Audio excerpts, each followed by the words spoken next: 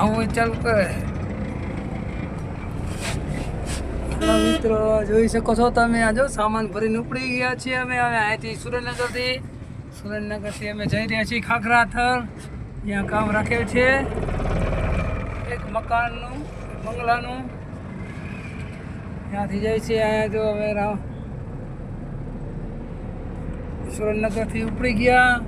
થોડીક વારમાં 1 કલાકમાં અમે ખાખરાથર પહોંચી જઈશું.